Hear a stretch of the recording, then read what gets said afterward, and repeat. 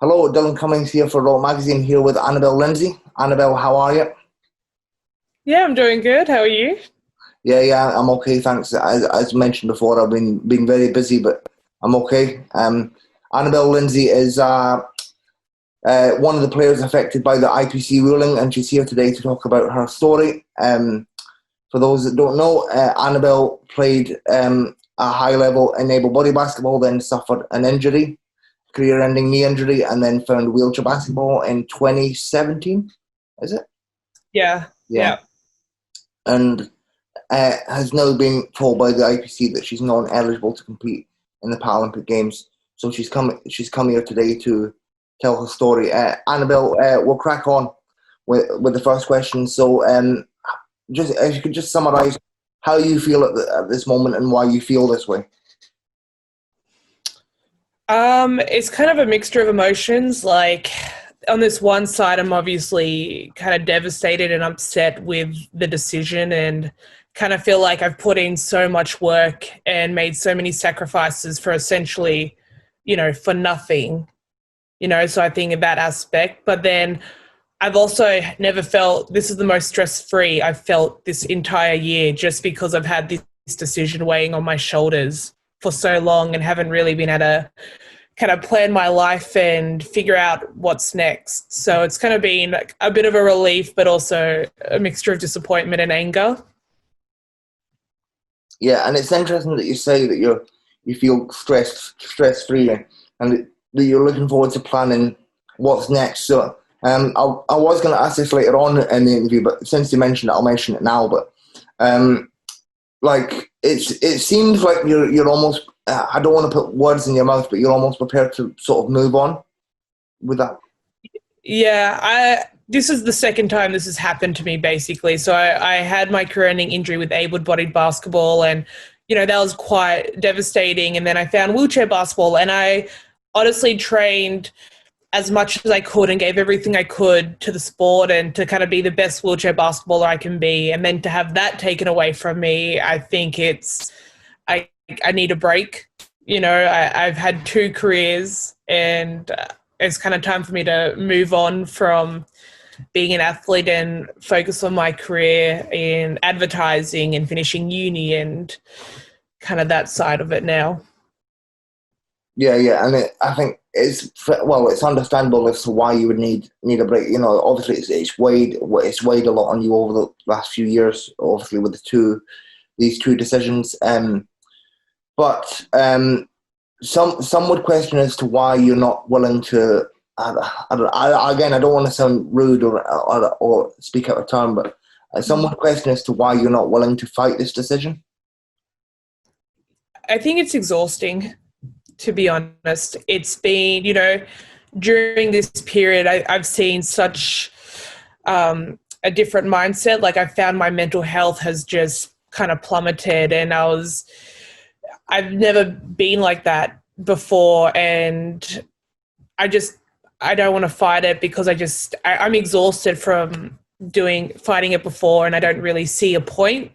I don't think the IPC will change their decision about letting us go to Tokyo. But what I am fighting for is to change the classification system for future athletes. So in 2021, when they look to review it, I want to change the system so that younger Paralympic athletes coming through aren't affected by this, and that there's equal opportunity for people with a disability to participate in sport, essentially.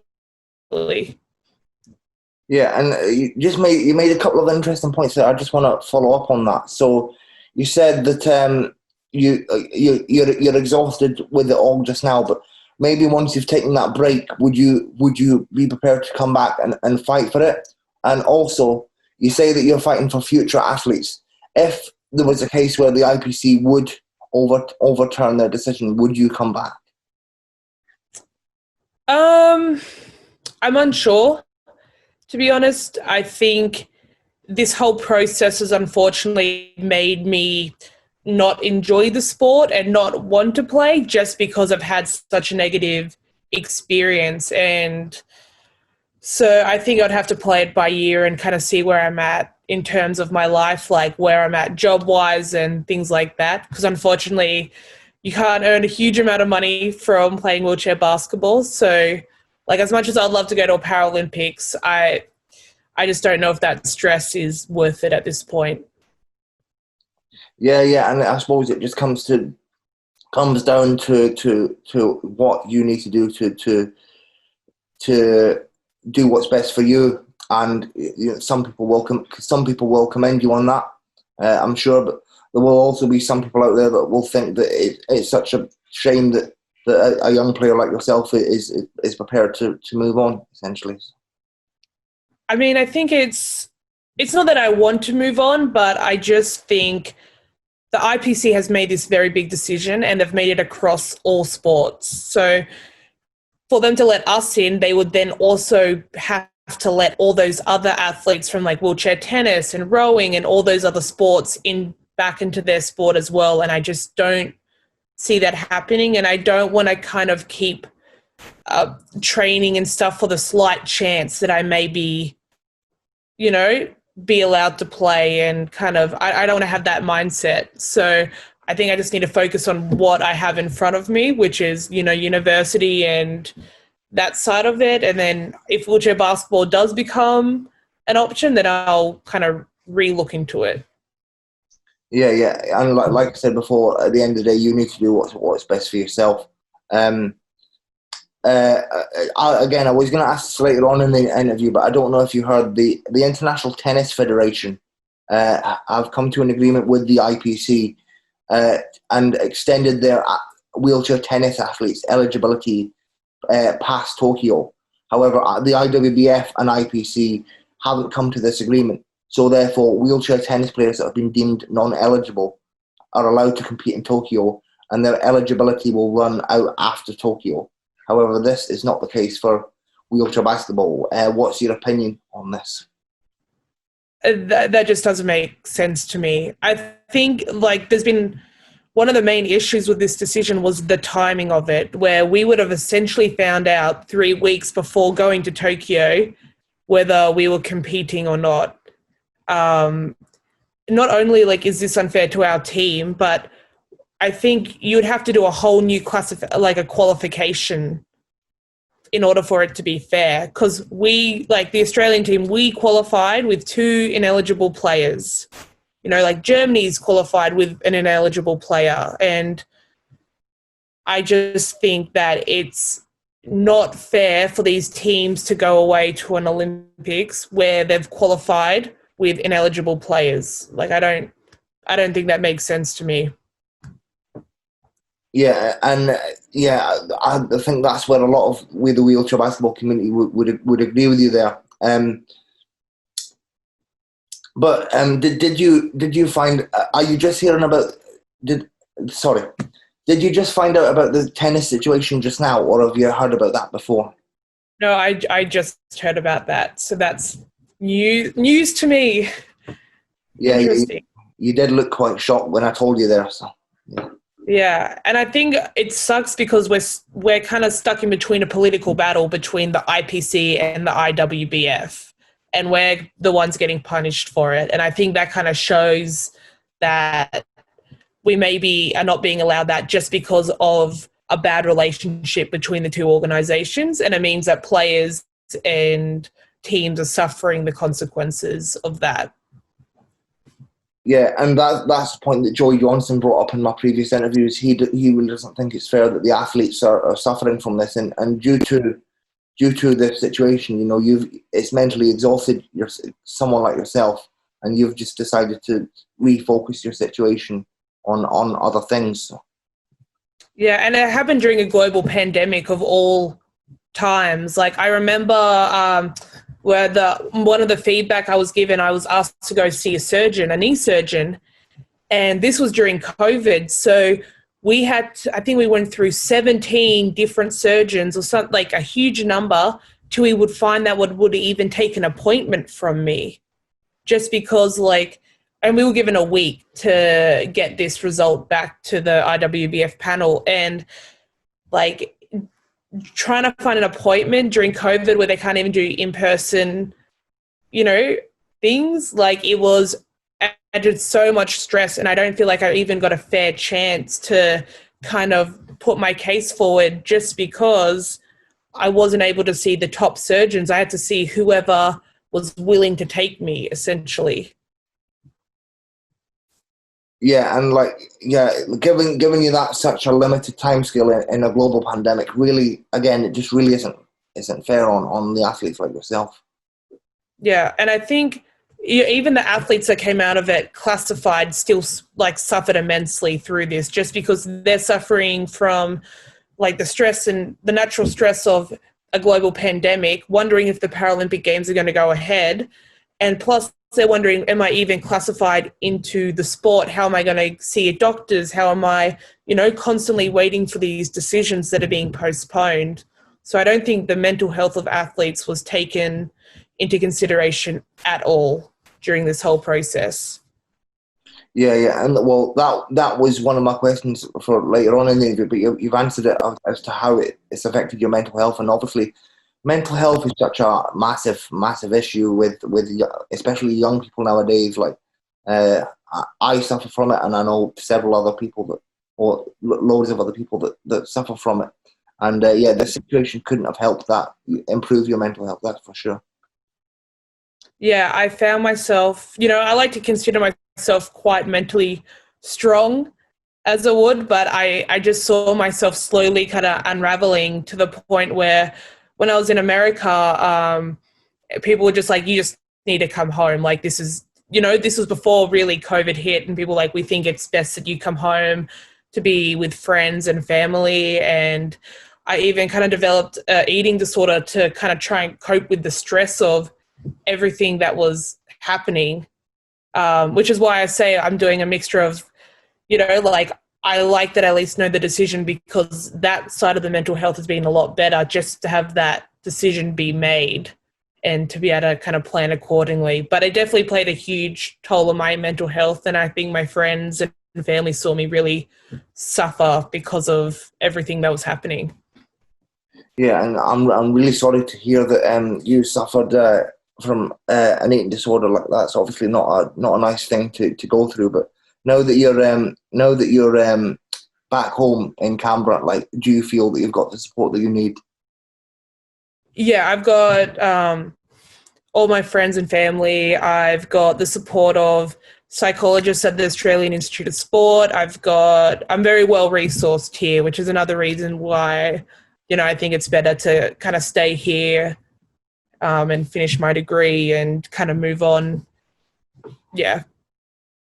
Yeah, and then just going back to when the decision was made, like, how have your teammates supported you, like the Aussie gliders?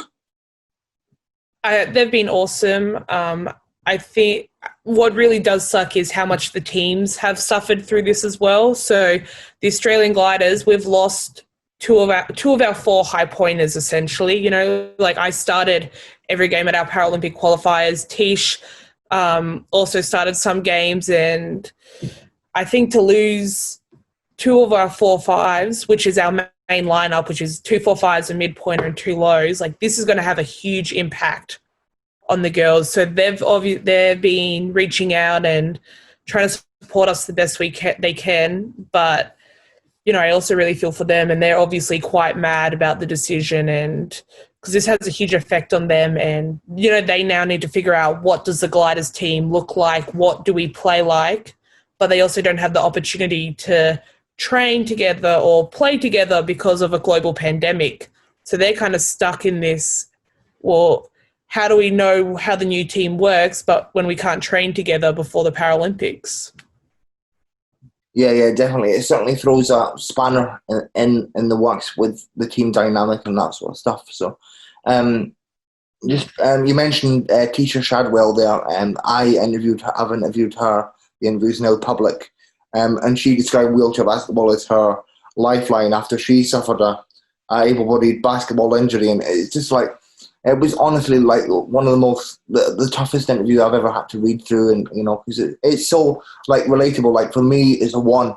Like, wheelchair basketball is my lifeline. There's doesn't matter what classification you are, doesn't matter what your disability is, doesn't matter if you're able-bodied. Like, wheelchair basketball, it can be a lifeline for so many people.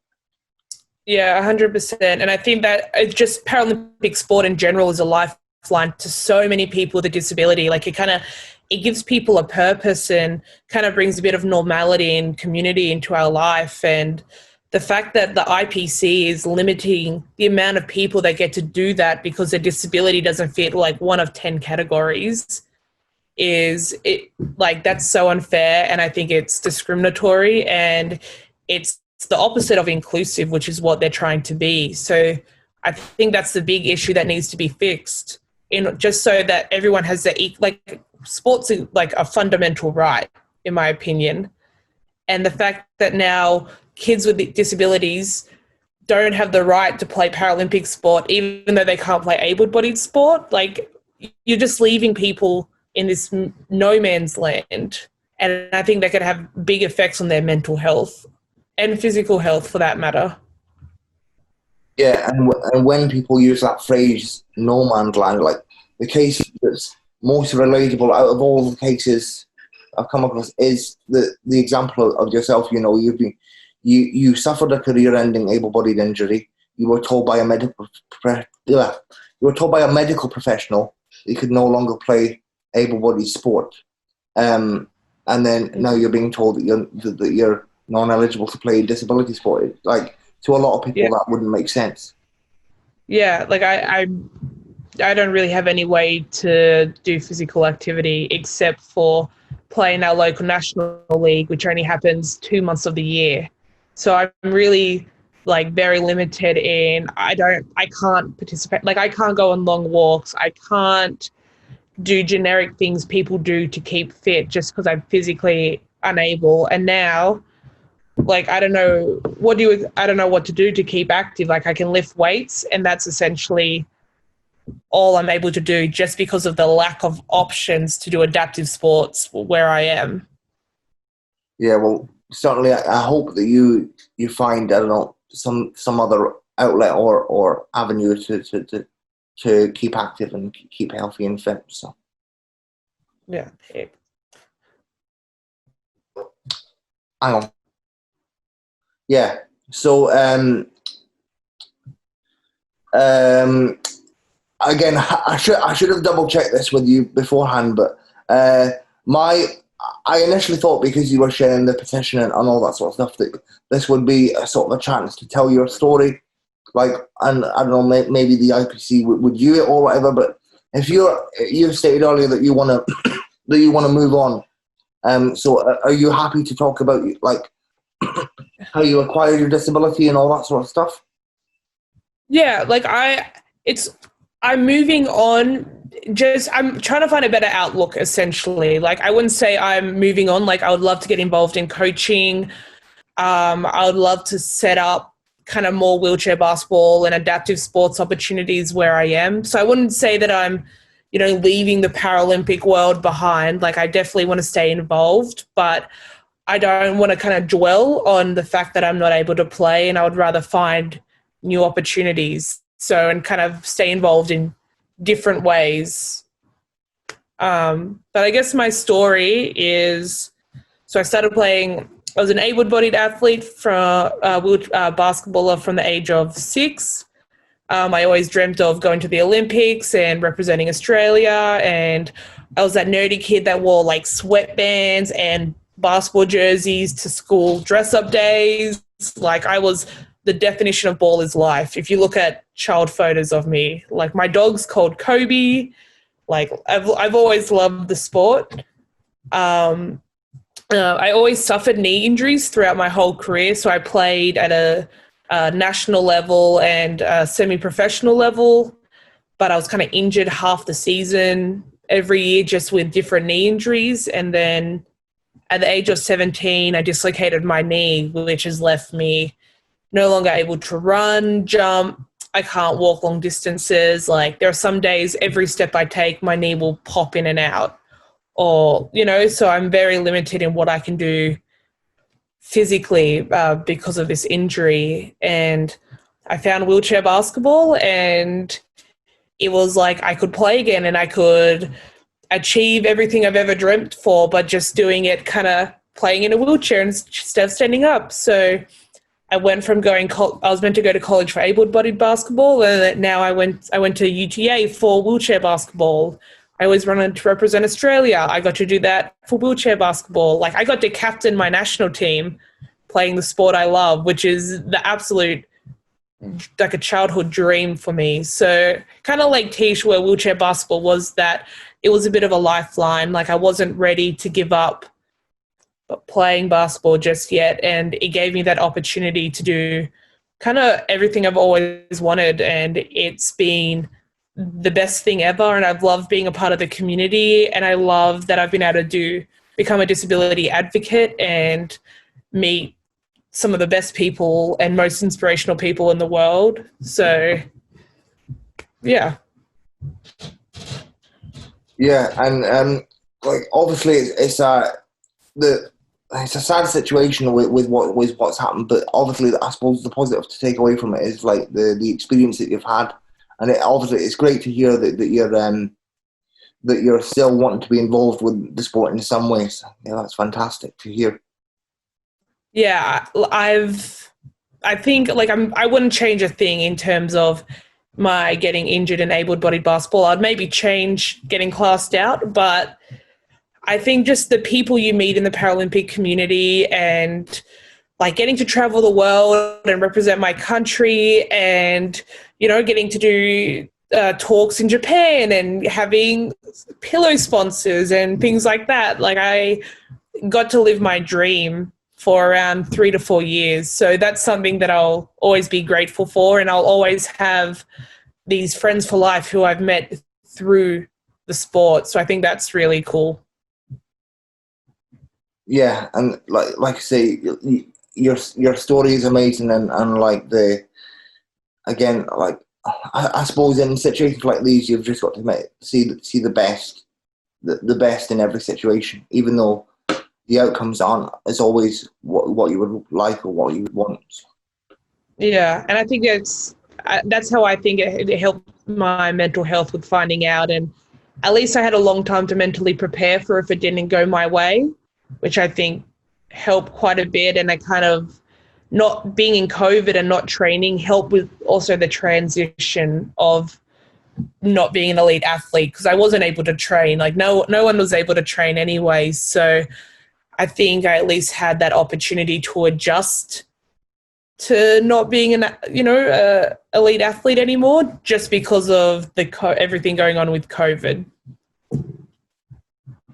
Yeah, definitely. Because like you say, like, not being able to train, it gives you that time to sort of adjust to what I don't know, your new life. Now, yeah. Yeah, definitely. We've covered a lot of what I was going to ask, like, previously. I quite like how this interview ran. It's almost like it's like a smooth conversation. But something I forgot to ask you earlier is like, a lot of athletes have come forward and defended IWBF for trying to protect their classification philosophy against the IPC. However, like, what's your opinion on the handling of the situation? Because I'm not sure if you were aware, but the code came into effect in 2015. Yeah, I think it's been handled poorly, to be honest. I think both the IPC and IWBF are at fault here. So, like, according to the classification code that the IPC put in 2015, I should have never been classified hypothetically to begin with. Like, I should never have been put in this situation. He should never have been put in this situation. And for it to come to the point where we're kicked out of the Paralympics this close to Tokyo is, yeah. I blame both parties. I think the IWBF should have listened to the IPC, or at least come to a better negotiation. But I don't think the IPC handled the classification situation well. I think the timing was very poor, and I think the athletes and teams and organizations have become the victim to a political battle between these two organizations. As I mentioned earlier, it seems really unfair that the athletes are sort of stuck in the middle between this argument between two federations. So yeah, and I think it sucks too that there are players like David Ing who's been to 5 Paralympics, and like this is how you're classified out. Like that sucks. Like they're taking away these athletes' opportunity to retire on their own terms. Like I know a teammate of mine, Abby Duncan, even made a comment about it, how she retired before the classification, before she had to put in her documents to be classified, just because she didn't want to be told by the IPC that she was classified out, like she was not eligible. Like she got to leave at least on her own terms rather than being kicked out of the sport like the rest of us. Yeah, but I thought this process only affects 4 and 4-5s. To my knowledge, Abby was a 3-5. So would it have affected her? I don't know. That's what her comments were, because she has a pain disability similar to George Bates and Tisha, I believe. Yeah. Yeah, so it's unfair that these athletes are sort of being not allowed to go out on their own terms, but it's good to hear that Abby sort of got to leave on her own terms. So, yeah. And now it's leaving athletes like George Bates going, well, do I just amputate my legs so I'm eligible? Like, you know, you wonder how many other athletes that may make medical decisions based on being classified in the future. Like, it could come down to, do I amputate my leg or do I keep it? If I don't amputate, I won't be eligible. If I do, I will. And I think the fact that people are considering taking drastic medical decisions just so they're able to compete in Paralympic sport is like crazy and just should not happen. Yeah, and it's like obviously, to George's point, I've researched, like, if you have CRPS, like, amputation is a medical option that you can go down, and obviously we as wheelchair basketballers understand that, but to your average Joe, your average sports fan, seeing that on the news and saying, oh, this guy's going to amputate his leg to play in the Paralympic Games, that guy's not going to know, like, that guy's not going to fully understand why he's had to make those decisions. Yeah, and I think it's hard for like the regular person to understand if you're not in the community, but I think it just sucks that it's come, you know, like he may have a better quality of life not having to make that decision, though it's an option. But just so wheelchair basketball means that much to him, and like he's an athlete, like he loses his career if he doesn't do this, you know, and he shouldn't be put in that position in the first place. And I don't think any athlete should be put in that position where they consider taking more drastic measures medically than they otherwise would, just so they're eligible to compete in Paralympic sport. Yeah, and it's like you say, George is potentially willing to compromise his quality of life just to play in the Paralympic Games. That's how much he loves the game. Now, you say that if he doesn't do this, he would lose his spot as an athlete, but I do know George is taking legal action against the IPC, so and he's willing to, I don't know, fight for the cause. So I don't know. There could be a possibility that this ruling gets overturned. However, you know, it might come to that. He might have to amputate his leg to be able to be eligible to compete. Yeah, I mean, I support any athlete that is willing to take legal action or, you know, do whatever they can.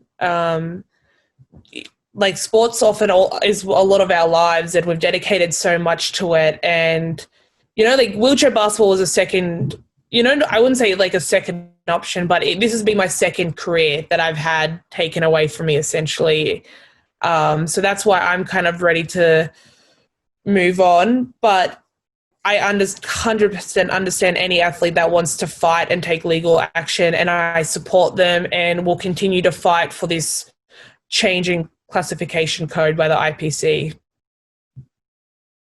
Yeah, and it'd be interesting to see how the situation pans out, and certainly Rollt will provide coverage of it. But anyway, leading on to my next question. So why do you think it's important that wheelchair basketball continues to have an inclusive nature going forward? I think the best part about wheelchair basketball is that it's the most inclusive sport in the world. Like, that's what I fell in love with, was the fact that my brother, who's completely able-bodied, could come and play in a league and play as a 5-pointer or a 4-5, and it still be an even matchup on court. And I think it's so cool that all these different disabilities easily just fit in to the sport, and to take that inclusiveness away just completely, I don't know, I think it takes away the best part of what our sport is, which is inclusive. Like, as Pat Anderson has said, like, if you could sit, you can play, which I 100% agree with. And I think there have been able-bodied athletes who have made the leagues better. I think 4-5s make the leagues a lot stronger, and especially in the women's game where, not as many female athletes are able to do things like shoot threes and tilt, are not as physically able. I think the 4-5s in the female game provide more entertainment value as well, which we're always trying to, we don't get as much coverage as the able-bodied athletes. So I think the more entertaining we can make our game, the more likely wheelchair basketball and Paralympic sport will take off. So I think they're doing a lot of damage to our sport by taking away athletes like me and George Bates and other minimal disability athletes.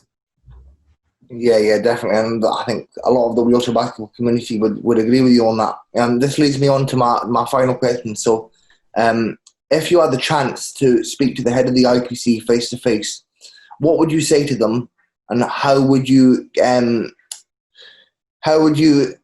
explain to them as to why they should consider changing or altering their classification code? And before you give your answer, Lee Fawcett from RGK, who I interviewed the other day, said that he would get all the non-eligible athletes into a room and get you guys to tell the IPC your stories. And then I'm paraphrasing here, but he said he would be amazed if after you told your stories that they would say that you're non-eligible. Yeah, I think what I would say to them is that sport should be everyone should have the capacity and ability and the right to play sport.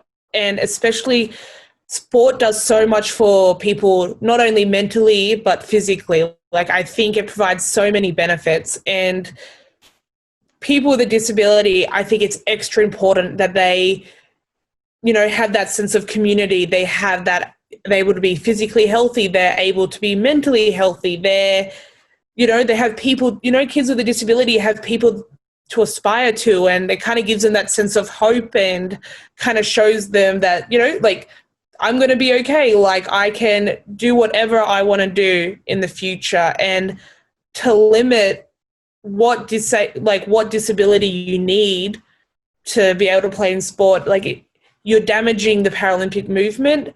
You're being discriminative. You're being the opposite of inclusive. And if you want to stand by those values, then you need to essentially prove it. Don't have inclusiveness and diversity in your core values and continue to discriminate against disabilities and take away opportunities for kids and others with a disability to participate in sport, and just kind of leave them in no man's land. Sport saves lives, and I think they're doing a lot of damage, and they're doing the opposite of what they hope to be doing and achieving. Yeah, and again, I would say a lot of the wheelchair basketball community would agree with you on that, and you make a fantastic point there. What I wanted to get your opinion on a solution someone said to me. I'm going to leave them unnamed, but they said that there should be a sub-clause in the code, whereas if anyone doesn't fit or categorise into the code, that it should be on them to prove how their impairment / health condition permanently disables them from, permanently prohibits them from playing able-bodied sport, and it should be on the athlete to prove how why they should be considered eligible to play disability sport. Yeah, I think it's a good idea.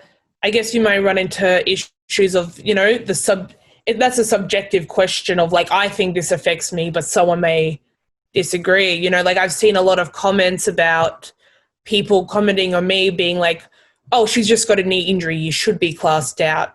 But these people don't see me in my day-to-day life. Like my friends and my family see me dislocate my knee going down the stairs. They see I've had to call my dad after taking my dog on a short walk and be like, I physically can't walk home. I need you to pick me up, and I've been on the ground for an hour waiting to get picked up. They don't see the physical pain we put ourselves through every day. They can see me walk, but they don't, you don't see if I'm taking pain medications. Like with George Bates, like you don't see the medication he takes. He may just look like a guy who's injured with crutches. So I think it's important for us to get to justify that to people, because on the surface, we may, minimal disability, it's hard to notice. But yeah, I think we should at least get to explain ourselves, because it's not all what it seems. Yeah, definitely. And for someone just to make that, some would say it's quite a shallow-minded comment of it's just a knee injury. That they don't understand the severity of it. They don't understand that you physically cannot play. You've been told by a medical professional that you cannot play able-bodied sport. They don't understand that wheelchair basketball is, like you say, a lifeline to you and stuff like that. So yeah, these things need to be. Yeah. Sorry. And what's weird? Sorry, my mic cut out there, but yeah, these things need to be explained. Yeah, and what's interesting too is that there are athletes that have been classed in that are more able than the athletes that have been classed out. Just because they fit the 10 categories, they were classed in, but athletes that don't, that actually have a big more impairment, are being classified out. So that also doesn't, make sense to me and doesn't seem fair. Yeah, it's almost, I've said this before, but it's almost like if you don't fit into these 10 categories, it's not a case of, well, hold on, let me hear your story. It's a case of, you don't fit, I'm sorry, you're out. And like a lot of people in the wheelchair basketball community would say that that's unfair.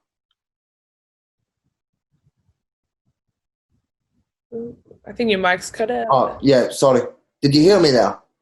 Yeah, I hear you now. Yeah. So, that brings me to the end of my questions, but are there any final thoughts you'd like to say? No, I mean, I appreciate everything that you and Rollt are doing I think, you're giving the athletes and the basketball community a voice, which is super important in this situation. So I guess I'm just grateful for you and everything that Rollt's doing, and I know it's probably quite busy. I know I've been super busy with this whole situation. So I think I really appreciate it, and I'm sure all of us in the community really appreciate everything you guys are doing to keep everyone updated. Yeah, thanks, and that means a lot coming from someone like yourself. And obviously, as you know, to finish off, obviously, as you know, as a journalist, I can't give my opinion on the situation. But what I will say is this: is obviously, I've known you for, I don't know, since you first started. We're not particularly that close, but I've interviewed you before, from the beginning until now, and it's been a hell of a journey for both of us, and obviously we're like the same age and stuff like that. And on one hand, I would say the situation is bittersweet, because on one hand I'm glad that you're happy to move on and willing to find the next chapter in your life, and I'm happy that you've got the support that you need at home and stuff like that. But on the other hand, it is a sad situation to see a player like yourself have to essentially be forced into another retirement. And yeah, in my opinion, like I say, I'm happy that you're prepared to move on, but I would hope to see you on the court again in some aspect.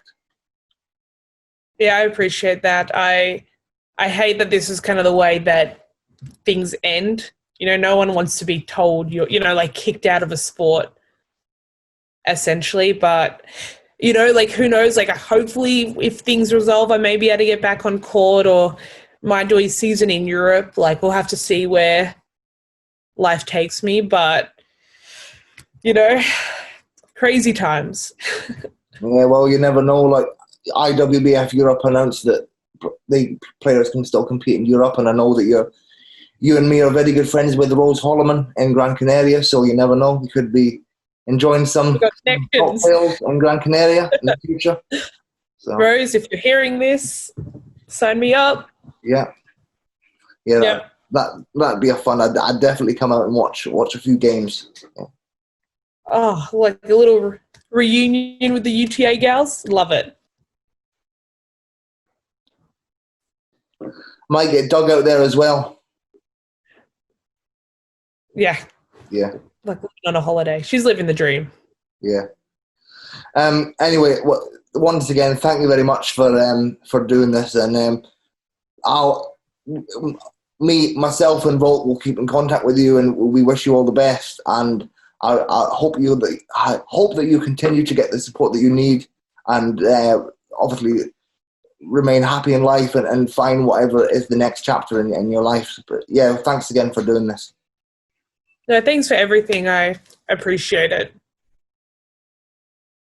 All right, so we're going to conclude this interview now, but stay tuned for Rollt for more content. And once again, if anyone wants to talk about it, just message me. Cheers.